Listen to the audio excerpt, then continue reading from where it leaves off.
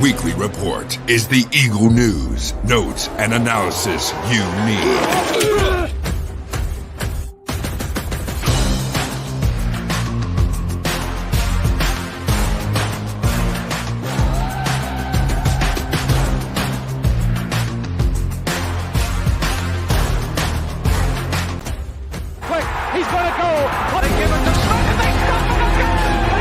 Go back.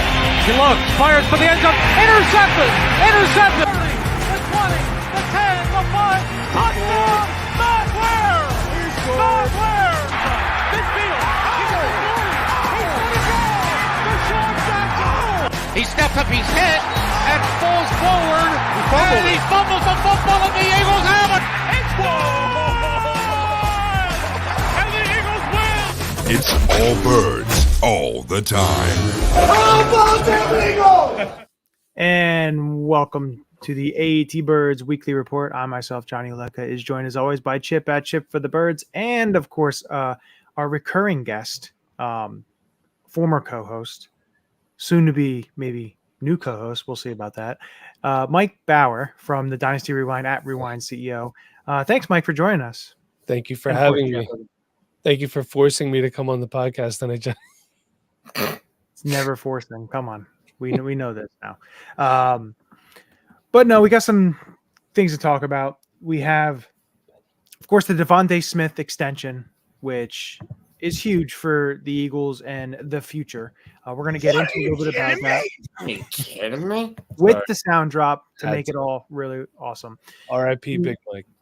Yeah. Did the Eagles find a tight end too? We'll talk about, I guess we would say a minor signing, which could have a bigger impact. And then we're doing the mock draft simulator. It's going to be Mike and I. We're going to go and make the picks for the Eagles only mock draft to have some fun here. Going to use the simulator, and we're going to go pick by pick. And then Chip is going to kind of grade it. We'll go pick by pick. We'll explain it. We'll talk a little bit about it. But Chip's going to be the judge of our picks, and of course, the teacher of it all, if you will. The teacher of it all. Okay, I like that. For the teacher. But that'll be the main emphasis of the show is kind of that tomorrow's a week until the draft. So it seems like it came so quick. It just it's here, and we got to get at least a mock draft in next week. We'll talk a little bit more about the draft and stuff like that as it comes. But let's start off with the Devonta Smith extension. Mike, I'll start with you. How do you feel on this extension with the Eagles and what they were able to do to get it done? Now, it is a 4-year, I think it's like $91 million because they did pick up the 5th-year option, but it's 3-year, 75 extension on top of that option. I'm beyond thrilled, and I've been on record saying that I think the likelihood exists. It's very possible that Devonta Smith is more likely to retire an Eagle than A.J. Brown. It's just, how he wants to keep his guys that are good. And it shows that although Devonta Smith may not be thought of highly around the NFL by other people, he's valued here by this coaching staff, by the front office, by the fans, by his teammates. He's a valuable piece of this team. The Eagles are better with him here, and I'm really happy. I like Devonta Smith. He's a great guy. I'm glad he's here.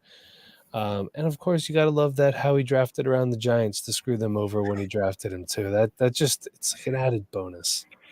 No, I think there's another piece that this deal is very, very good for, which is once again, and we've seen this a lot over the last couple of years. It's how he's setting the market for key positions.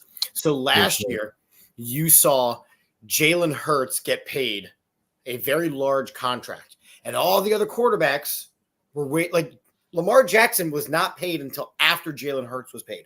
So we got a slight discount on what Lamar Jackson got paid because they waited. Well, Devonta Smith gets his deal first before Justin Jefferson, before Jamar Chase, before any of these other guys. So we do get a slight discount because those guys are going to demand more. So I think that Howie once again use the system to his advantage and goes, listen, let's get this done early and establish the market to what I want it to be.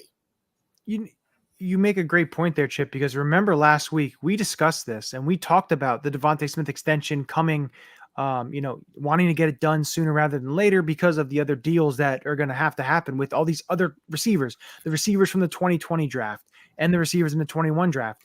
Yep. These guys are coming up for extensions, big deals. You want to get ahead of that to, do exactly what they did. And I think that's absolutely great for them. And also you look at the other deals that Howie and the Eagles have made this year with extending their own guys. A guy like Jordan Mailata, giving him an extension. A guy like Landon set the market for the left tackle. Yeah, and you look at Landon Dickerson. Yep. Landon Dickerson gets a deal. Then in free agency, Robert Hunt gets a little bit bigger deal from Carolina, which he's nowhere near the player Landon Dickerson is. Correct. And then you look at teams like the Dallas Cowboys who have CeeDee Lamb, Micah Parsons, Tyler Smith, they're Pro Bowl guard who may switch out to left tackle, all coming due. And the longer you wait, where you have to pay what the price is after the market go above market. And think about this too, right? You look at the way that, and we're just going to compare the Cowboys and the Eagles right now. You look at the way that the Cowboys do business and they sign these humongous deals and they wait for the market to be established. And now, look at their running back room. Look at what they are forced to settle for. Royce Freeman, baby. Oh God, yeah. It's who their running back room is going to be led by. So I just think that being ahead of the game here has benefited Howie and the Eagles so much more, because if you look at the core of this team up through, I think it's 2028, the big number is, it is absurd what this team is built around. Chip, can I touch on something that you said there? I want to just say, I absolutely love how the Dallas Cowboys have handled this offseason. I'm all in on their offseason. I think it's fantastic.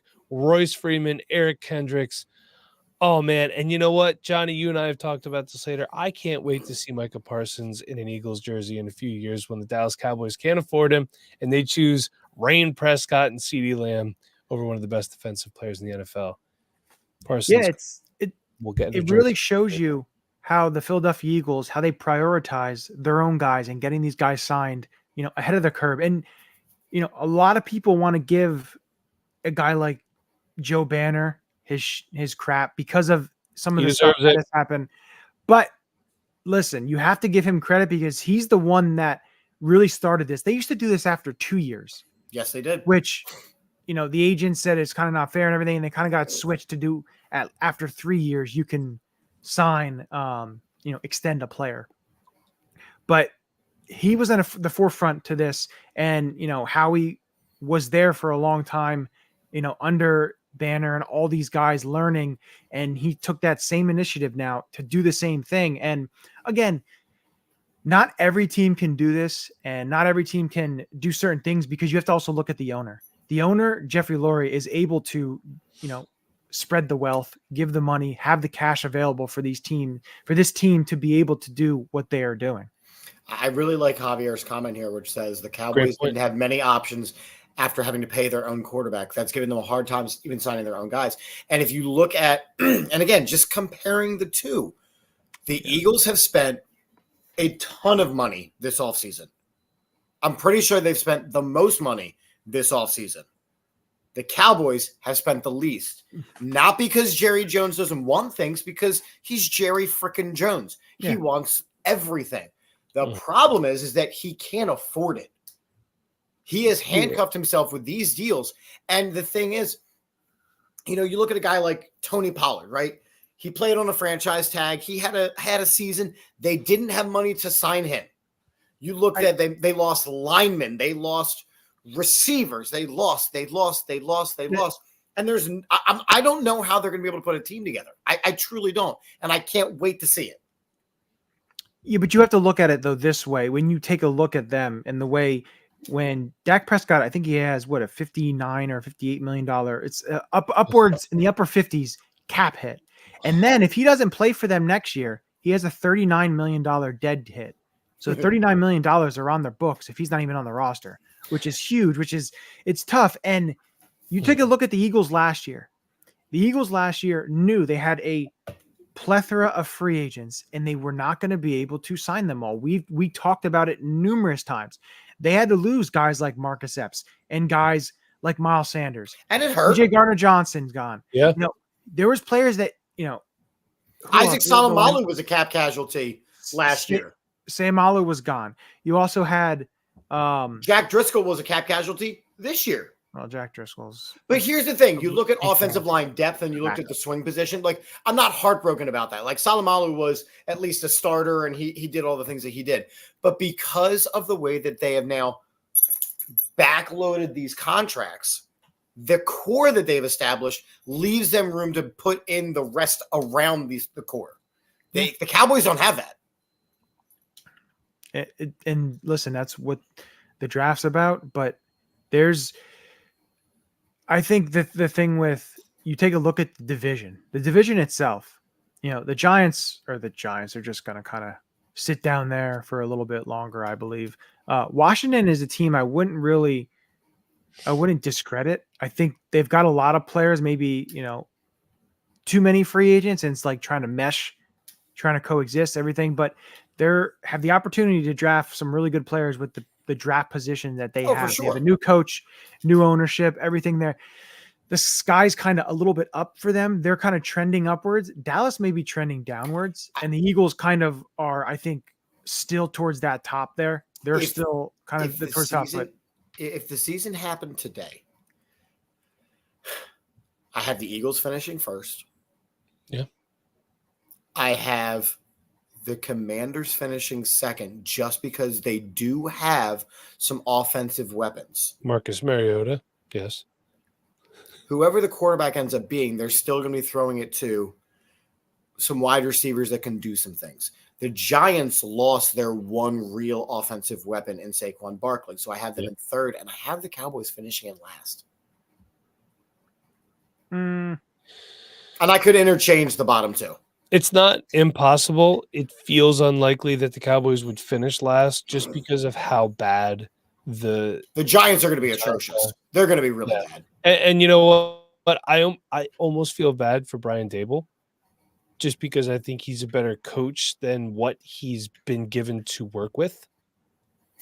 So I don't know. But let's also not forget the Cowboys wanted to sign Zach Moss, and they balked at 2 years, $8 million for a starting caliber running back.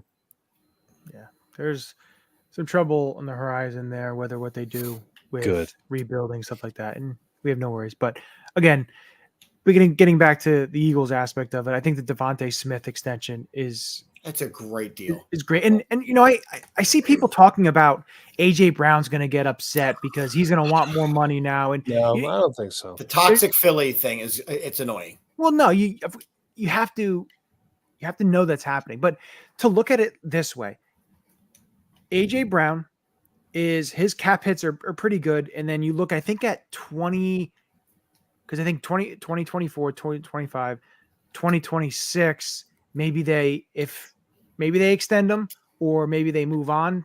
We'll see there.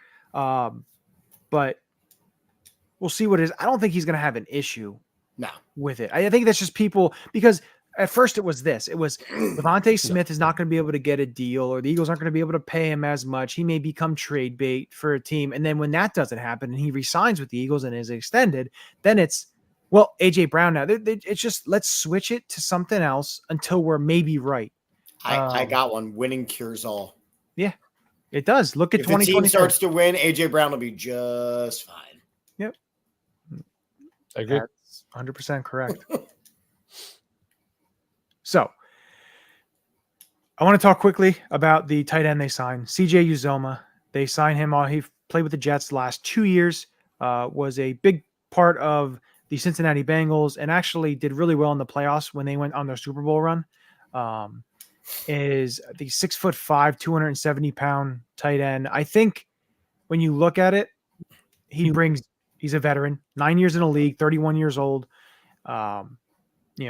He gives you that player who started games in the NFL, has been there, that tight end, to me, that tight end too, that in case Dallas Goedert were to get hurt or something were to happen there, you have somebody that you can somewhat rely on and not have a guy like a Jack Stoll or Grant Calcaterra, because the rest of that tight end room is a mystery, basically. It's a big bag of mystery because there really isn't anybody there that is, blows the doors off you. And I do expect them to draft a tight end.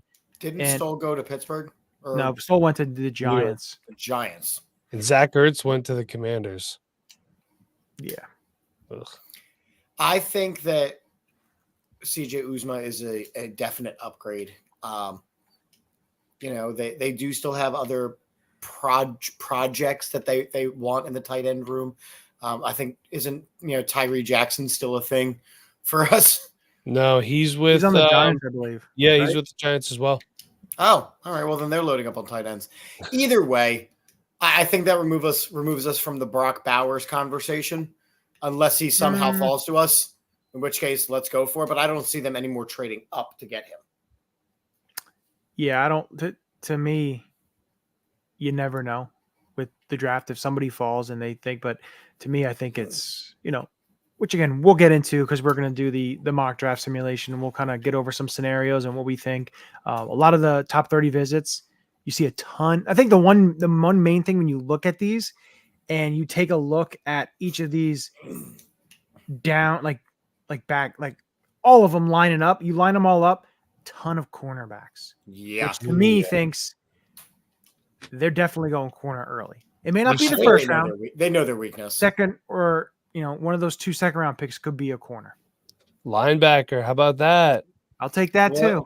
We know we'll take it, but we also know it's not going to happen. I know. One can hope. A boy can dream.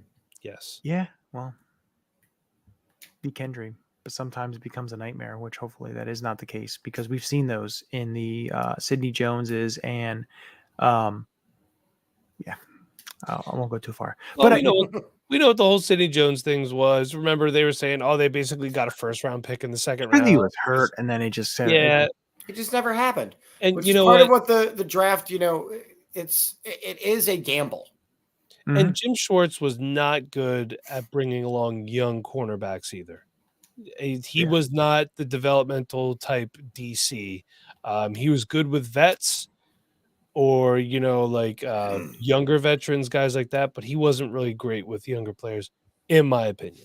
Yeah, I think you are kind of right there. Just, I don't know, when you take a look, because he's with the Cleveland Browns right now, I know they have a lot of veterans, so I'm not sure how many young players they play. I don't pay too much attention. I will say, though, this offseason, I am liking some of the uniform stuff. I'm big into that. I'm big into, speaking about the Browns, they just showed that they're going to be wearing the white face masks, and it's going to be the glossy orange, from like back in like the early 2000s. And, I like that finish. The Jaguars are bringing their teal throwbacks. Every Cleveland Browns fan wants to remember the 2000s. Well, I think it's also from the 80s too. So 2002, they did make the playoffs. So yeah, the Tim Couch, Ty Detmer, Johnny Manziel years. Hold on. Who was the starting quarterback for the 2002 Browns who went to the playoffs and lost to the Pittsburgh Steelers? I believe I know this. He did also play with the Eagles. He was a former Kelly Holcomb. There you go. He did say it. So yeah, I hate that. Another one in the loss column.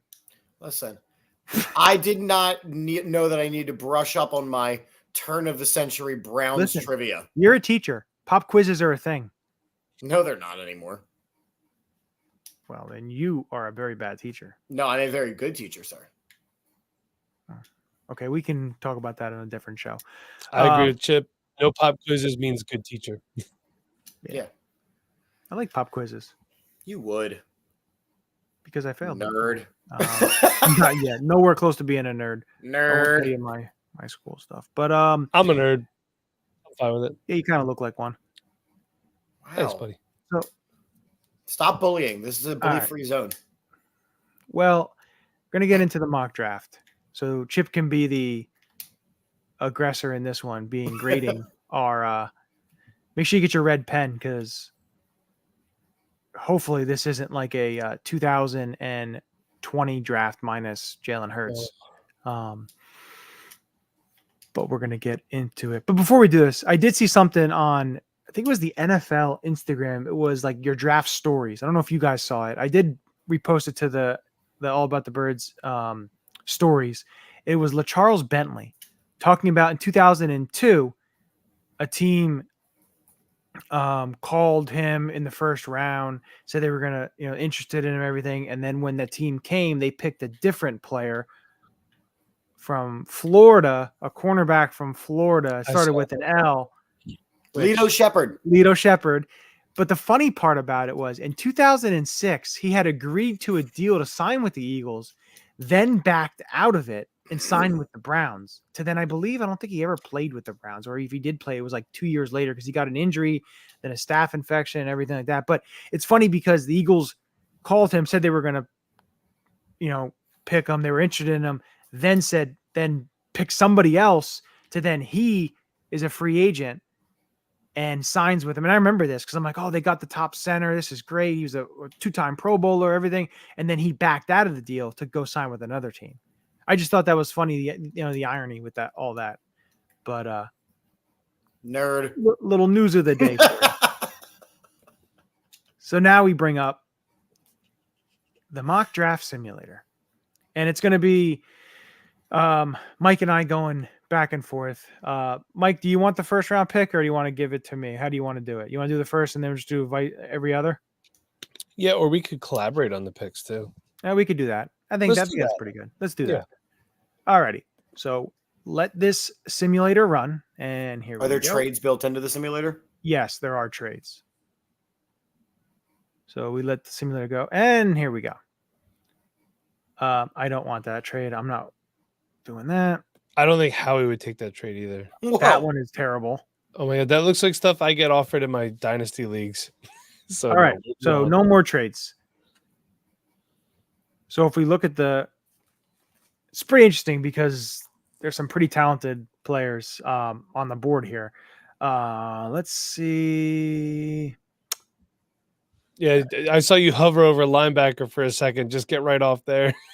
Yeah, not in the first round. Not in the first round. So if we look at the best available, you have Fuaga from Oregon State, the offensive tackle, who could play guard as well. Olu Fashanu from the Penn State Nittany Lions, I think is only a tackle only. So I'm not really sure that works for the Eagles. They don't want. I don't think they want to draft a player that's got to sit a year or potentially 2. Not in the first round, I don't think. No, he's got to be an automatic contributor. Yeah. Byron Murphy, which to me is very tantalizing because he is a heck of a defensive tackle prospect. You did lose Fletcher Cox, Cooper DeJean, but now it's time for Jalen Carter and Jordan Davis and Milton Milton Williams. Williams. Remember Jordan Davis's name for a second there, but Milton Williams too is in there. I love Milton Williams. I think he should get a nice little extension as well. If they could extend him, they should extend him. Yeah, his rookie deal is up after this year, so maybe potentially during the season. Yeah, something like that with him. I heard some mocks I've seen is like Chop Robinson going here, which I don't know if I necessarily agree with that. I've also seen Cooper DeJean, or I saw McKinstry already got picked. So the top corners right now, there must have been a huge run on corners because it is only Cooper DeJean and then Ennis Rakestraw Jr., which to me I think is a second round pick. Kamari Lassiter, Mike Sarenstrill is a nickelback. TJ Tampa, Max Melton I like a lot. I think he's a second rounder. Potentially get him late in the first. Is he related? Did you say Max Melton? Is he related to Bo Melton? Yeah, I think was it his brother? I think it's his brother. That's cool because Bo Melton played for Rutgers. I think he was drafted by the Seahawks in like the 7th round. Doesn't he play with the Packers now? He might, yeah. Yeah. Which, by the way, Packers in Brazil, I don't think that's an easy out. Packers are looking pretty good.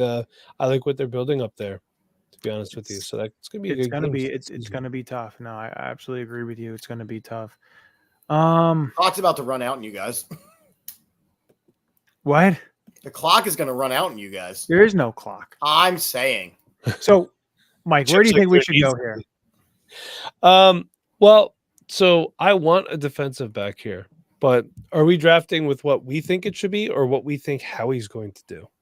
To me, for this, I think it's what we think. this is our mock draft. So if we're the GM and, I think we can put a little bit of what the Eagles would do too, but kind of intertwine that with how we, feel the draft should go, what we feel the needs are for the Eagles and what they should do.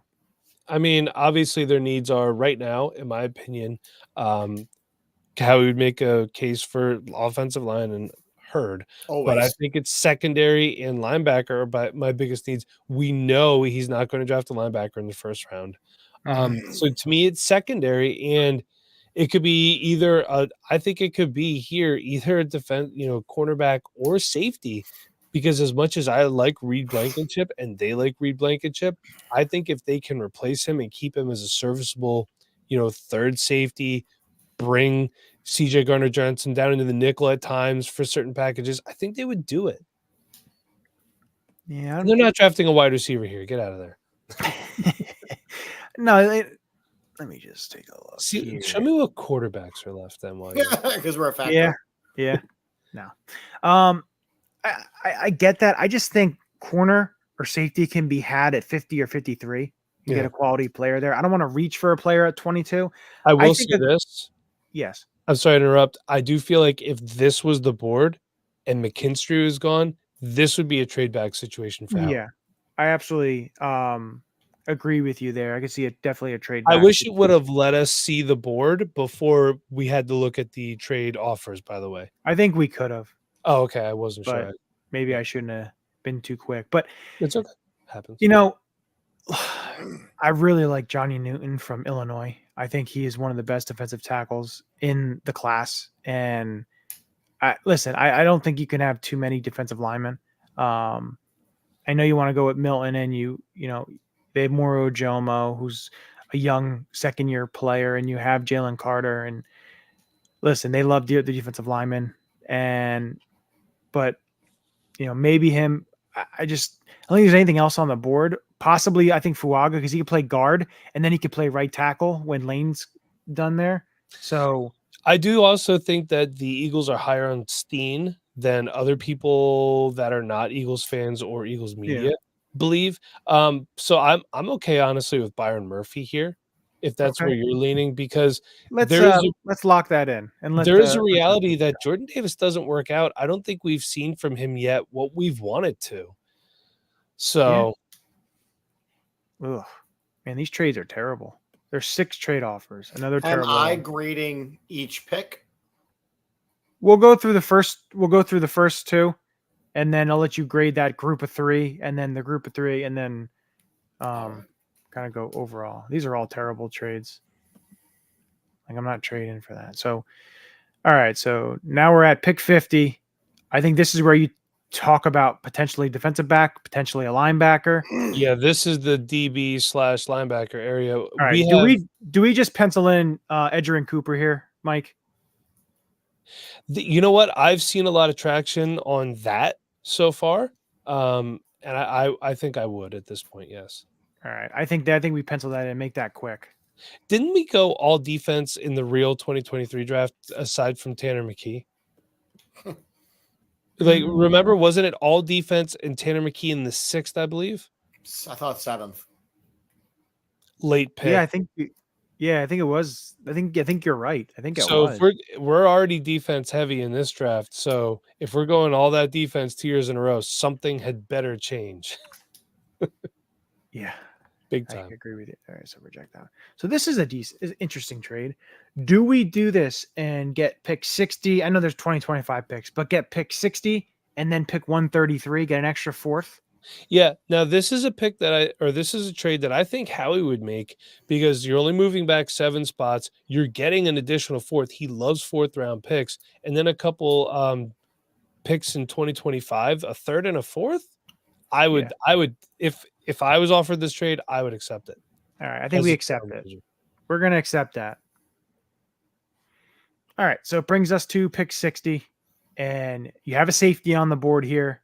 You do have an edge rusher in Braswell. You have an interior lineman in Frazier, if you want to go offensive line there, because he can play center and or guard.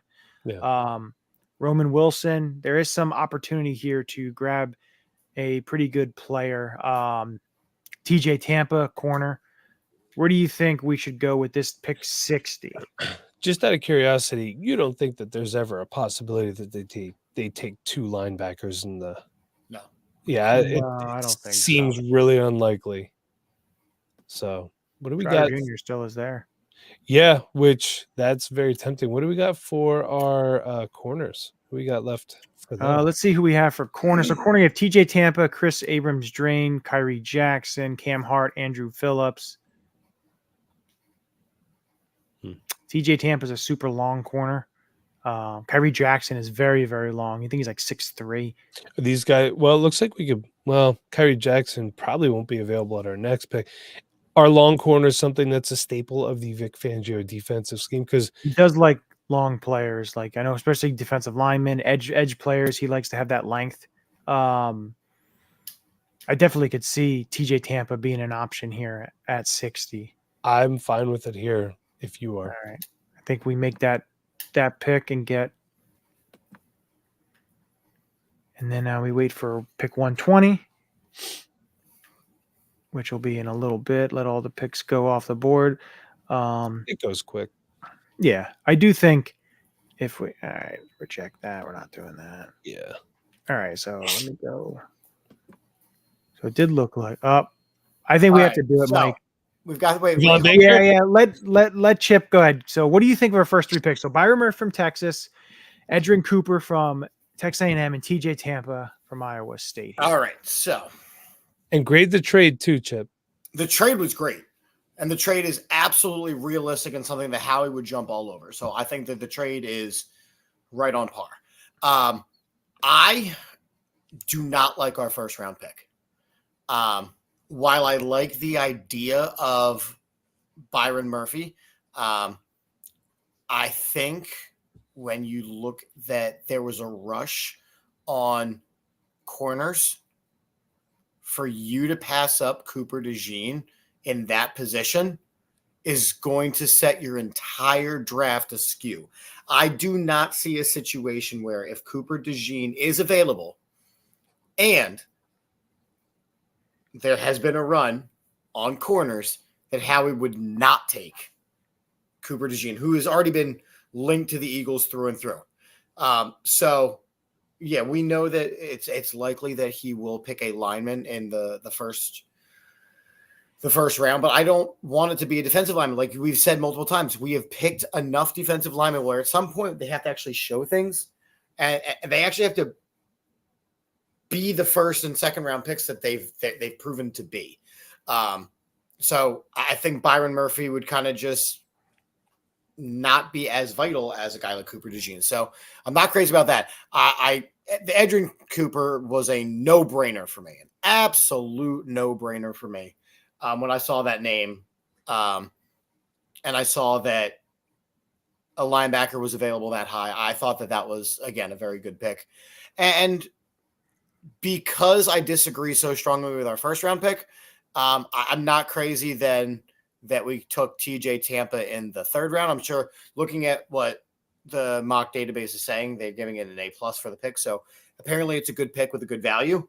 But I think that because of what you did in the first round, it then affected what you did in the third round. With the third pick, I should say. I hear you there. So I get it. Now going on to pick 120. I'm going to make this pick, and then Mike, you can just talk about him because, you and I have talked a little bit about him. Javon Baker, receiver from UCF. I'm making the pick. Is he fast? He's fast. And I've seen him mock to the Eagles a few times. If you want a good third wide receiver, a Quez Watkins replacement, if you will, Javon Baker's your guy. Great ball tracking, great hands, really strong at the catch point. Actually catches the ball, by the way. A great burst after the catch as well. So Javon Baker, at this point in the draft, would be, and he doesn't have to come in and try to be the guy because obviously Devontae, A.J. Brown, Dallas Goedert are going to be your 3 main. Right, he has a chance to actually develop as a number 3 type receiver. Right. Yeah. And he's better than Quez. Well, there is that. So now with I think that's a good pick, especially when you mentioned the fact that he's got the speed. overall. And you need special teams type players. so you can use him in multiple facets. Yeah. So taking a look at this next one, I'm just going to look at other edge rushers here. Is Ben Sinnott available? Because I've seen him mock. No, he is not. He came off the board. Let me see here.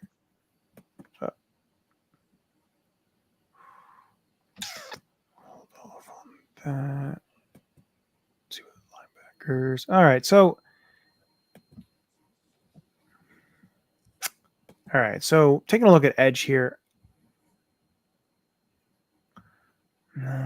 I like Mo Camara from Colorado State. He is only just short of 6'2". He's doesn't have that super long length that Vic Fangio defense likes. So I'm not sure I'm going to go with that pick just because. But I'm going to go here with Christian Jones, offensive tackle from Texas, a developmental player, big offensive tackle, but I think it's somewhere where the Eagles need to go and get some value there. They need to get an offensive tackle. They need to have some depth there, a young player for Stout to be able to mold and to be able to, have in the room, the lineman room for potentially down the road when Lane Johnson is, no longer an Eagle, maybe in 2 years or so. But I think this is a good value pick where he is, which then brings us to pick 161.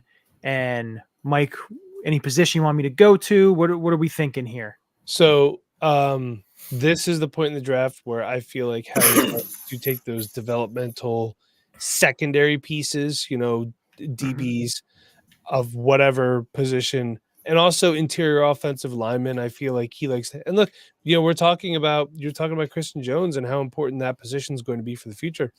Jack Driscoll was a very important part of this team for his career here.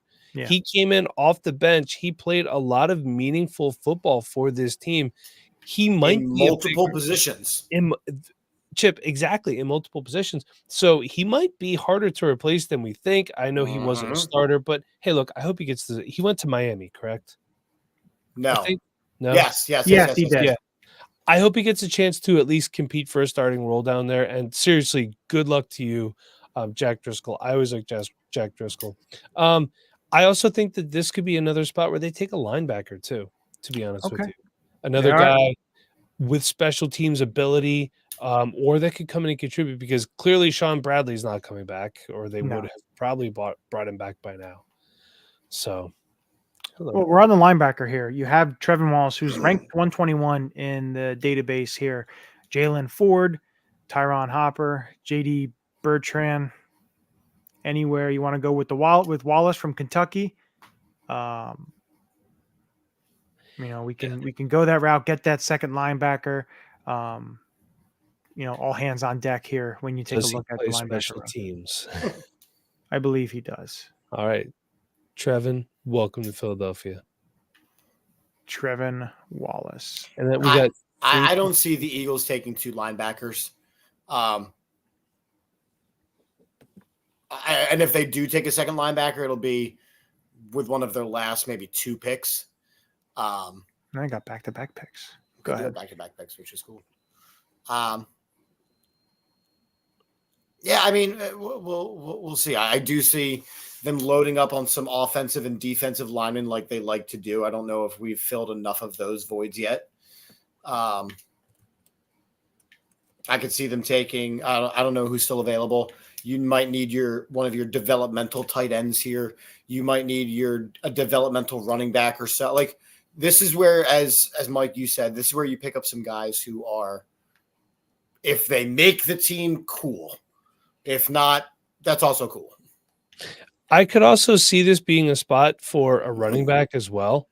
Kenneth Gainwell's in the last year of his deal. I don't see him getting re-signed. I know it's always possible. There's some good value in this class. Probably not many guys that I think could be bell cows, But depending on who's available still at the running back position, I can see them especially with Boston Scott. He's not coming back. They gave his number out. That's what I'm saying. Yeah. Which it kind of stinks. I like Boston, but I like him 2 games a year when he plays the Giants. He needs to go somewhere where he could actually play. It's not going to happen here. Yeah. So I like that when you look at the running back position. I think safety is where we go here. And to me, I think the safety, edge rusher, and then maybe running back with the last pick. When you look at the safety position, Sione Vaki, for Utah, he actually played safety, played running back, some receiver. He kind of was like all over the place for Utah. Bo Braid is also another prospect I like. Malik Mustafa is the highest rated on here. But for me, Sione Vaki is the player that I want to go with because I think he's multidimensional, plays special teams. He can be that type of player that can be all over the place. And I like his versatility, but I also like the aspects of the way he plays. He played really well for the Utah defense. I want to go with him, and the Eagles are able to get that safety. I know it's not as early as a lot of people would have liked or would have thought they would have gone, but I think here he's available. I think you have to go ahead and pounce on that. Yeah, let's do it. Neat. Just that. And then now it brings us, and one player, when you look at the edge rushing class here, the edge rushers, the one player, Jalix Hunt here, Houston Baptist edge rusher. There's been a lot of interest in him all over the NFL. 6'4", 247. His name is Jalix? Jalix. Okay. I also like Javon Solomon from the edge from Troy, but I think Hunt is a guy who I believe he did have I think he had a top 30 visit with the Eagles, and I think they like him. And he's a good player to be a developmental this year, kind of learn behind some of the veterans they have there with Brandon Graham, Josh Sweat, Nolan Smith back there, Zach Bond, and the other couple guys that they have there. I think this is be a good pick. He's not small. He's 6'4", 247. He has some room to build and grow a little bit. But I believe he was with Cornell and then transferred to Houston Baptist. But I think this is a good late round type of player that potentially can prove dividends later on. This team has gotten good edge rushers in late rounds. Yeah. Trent Cole, Josh Sweat. So not everybody has to be a top pick to be a productive edge rusher. So yeah, I'm definitely down with that pick. Yeah, no one else I like. I think that's the pick there. And then with the last pick, and then Chip will let you just pick a quarterback. Let's call it. No, humor me with the running backs. Yeah, I think let's take a look at the running back position here, what we have, and I will let you, since you did scout a lot of the offense, I'll let you take a look at what we have here. And I've scouted all of these guys so far. I mean, it's easy. For me, if it's me, I'm going to tell you to take Dylan Johnson. Tyrone Tracy is kind of does everything but doesn't do anything well. Rasheen Ali has a lot of ball security issues, but I kind of liked him. And then going back up, let's see who else we got up there. Cody Schrader. Cody Schrader's a great story. Actually, Daijun Edwards would probably be a better direct backup for Saquon Barkley if you want to keep with a similar play style, just not as good, obviously. Runs a little too upright for me, but a very physical runner. I will say, though, Dylan Johnson, one thing I like about him, his game is pure violence when he runs with the ball. It's just he's a better receiver, too. Plays through injury. It still plays pretty well. He played that Michigan game with injury. He did, but he is a Pac-12 running back, and Pac-12 running backs don't always translate to the NFL, unfortunately. So I kind of like Daijun Edwards here. Is where I would. Where you want to go? Yeah, that's where I would. That was the easy one for me, and there was a much simpler way of getting there. Because he's from Georgia. He's from Georgia. You don't have any Georgians in here at this point. I figured you'd say that. Where's the lie? Where's the lie? None detected. So, Chip, I will let you break it down. I'll go over what the picks were. Byron Murphy, defensive lineman from Texas, went first. Then you had Edgerrin Cooper, linebacker, Texas A&M. TJ Tampa, corner from Iowa State. Javon Baker, UFC wide receiver. Christian Jones, the offensive tackle from Texas. Trevin Wallace, linebacker, Kentucky. Sione Vaki, safety from Utah. Jalex Hunt, edge from Houston Baptist. And then for the running back from Georgia, was it Dejan Edwards, Mike? I think it's actually pronounced Dejan. Oh, yeah. Maybe you get a mustard deal. But there is the All Eagles mock draft. Chip, it is up to you to now tell us how we did with the last bit and then overall. The last bit, I mean, it's like we said, it's where you take your gambles. So, I mean, you got an offensive tackle. It's defensive. Christian Jones is D tackle. No, offensive tackle. Okay, so it says offensive tackle. Right, so you got some offensive linemen. You got another linebacker. You got a safety that's, a late round guy. You got an edge rusher that's a late round guy. You got a running back that's a late round guy. I mean, those guys, hopefully they're going to develop. I think that you got good value for all of them. So it's hard to grade the back end of the draft just because, it's hit or miss. You filled some spots that need some depth. So in that honestly, aspect, it takes 2 to 3 years to figure out whether correct, to know if they're even NFL caliber players. Exactly. Yeah. My entire draft grade, I'm really dinging that first round pick. I know why you guys went defensive line. Listen here. This is I'll give you a reason we went. So this is my reasoning. Sure. It may be different from Mike's, but this is the reasoning that I'm going for the first round pick here. Milton Williams is a free agent after the year. Sure. There's potential where they don't re-sign him because he costs too much money. So this is your replacement for him, and it's a young player, controllable player for a couple of years plus a 5th-year option, depending on how good he is.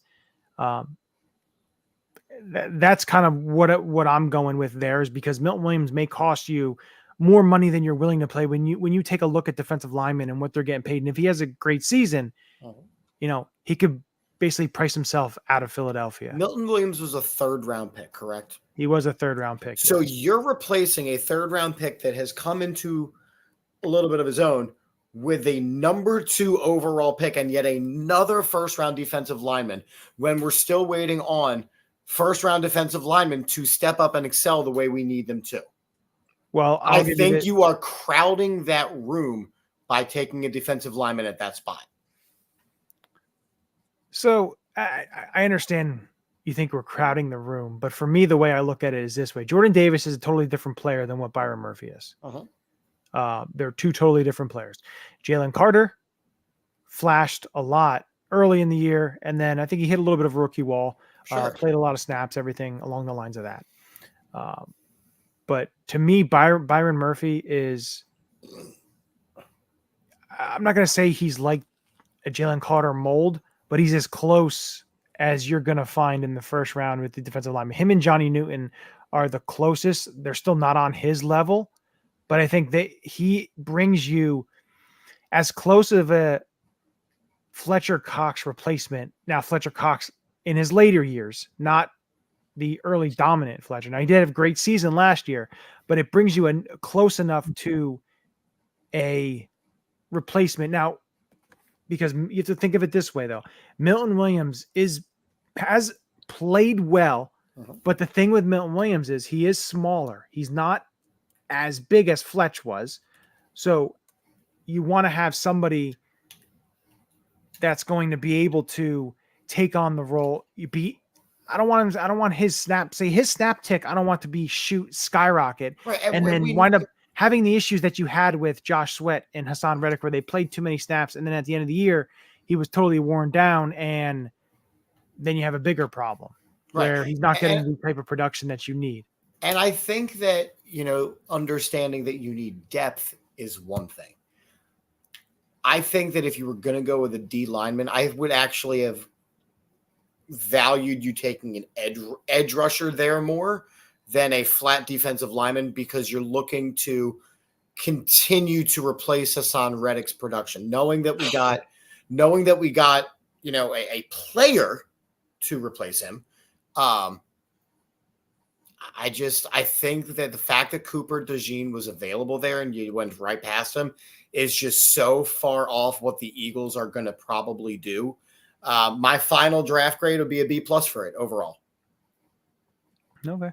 But we did get the linebacker, so there's some. No, and that's why. I mean, listen, that almost makes it an A- for me. So it's interesting. We'll see. What to do. I like that exercise. It's a fun exercise to be able to kind of look at how the board falls and how everything lays and see where you can improve the team and stuff. I always like the simulators, depending on it doesn't matter what website. I always like all the simulators. Where did Brock Bowers go? You know what? I will take a look at that for you. I believe he went before we were on the clock. Oh, he definitely did. He was not to the Bengals, I think, if I saw it. Yes, he went to the Bengals. Ooh. And I just logged out of it, so now I can't see where everyone else went. So, I think it's a great segue to the end of the show. 1 week tomorrow is the NFL draft, so get hyped for that. Next week we do have a guest coming on. I will announce it potentially probably in a couple days. I'll put something together and I'll post it. So should be a fun talk because it's going to be the day before the draft. So there's going to be a lot of draft conversation going on, kind of where the Eagles should go. We'll get into that. Chip, we can talk a little bit about what the Eagles should do, kind of some trends we're seeing and what we'd like to see them do in the draft. Maybe I'll say that I want to see him go defensive lineman, and you'll say you want Cooper DeJean, but it's not even that I want Cooper DeJean. I want to see how the board falls and if it but I think if there's going to be a rush on corners, then Howie's going to actually have moved up to get the corner that he wanted. Potentially, yes. But I also think the way that board fell, if at 22, the Eagles have 3 or 4 players they really like, there is a potential where they could trade back maybe 2 to 3 spots, get another pick, or potentially get a pick for next year's draft, because next year's draft is a little bit light when you look at the picks. So it's going to be interesting to see how that all falls and what they do. The Eagles are aggressive. They've moved up in the last, I think, 3 drafts. They've actually moved up. So there is potential where they can move up in the draft and get the player that they want. When there's that run on corners at start, do they try to jump ahead of a team that needs a corner to a team that doesn't, get a trade in there to be able to snag one of these guys that they like? So it's going to be interesting. It's going to be fun. I want to thank everyone for tuning in. Make sure you hit that subscribe button. Make sure you like all our platforms. Everything is on the bottom there, at the bottom of the screen. I want to thank Mike for coming on. We really appreciate you coming on. We're going to get you on again soon, as always. And, with that, the way we always end it, 2 words. Go Birds. Go Birds. Go Birds. This is Matt Ware. Hey, for all the Eagle content you need, go follow All About the Birds. They do a damn thing. Check them out. Hey, Eagles fans, I may be in Tampa, but I know where to find the best Eagles content out there. Check out my friends at All About the Birds. Philadelphia, what's up? This is your boy Freddie Mitchell, a.k.a. Fred X. It's all about the bird. All birds all the time. All birds all the time. All About the Birds provides you with weekly analysis, game recaps, informative interviews, and it's all birds all the time.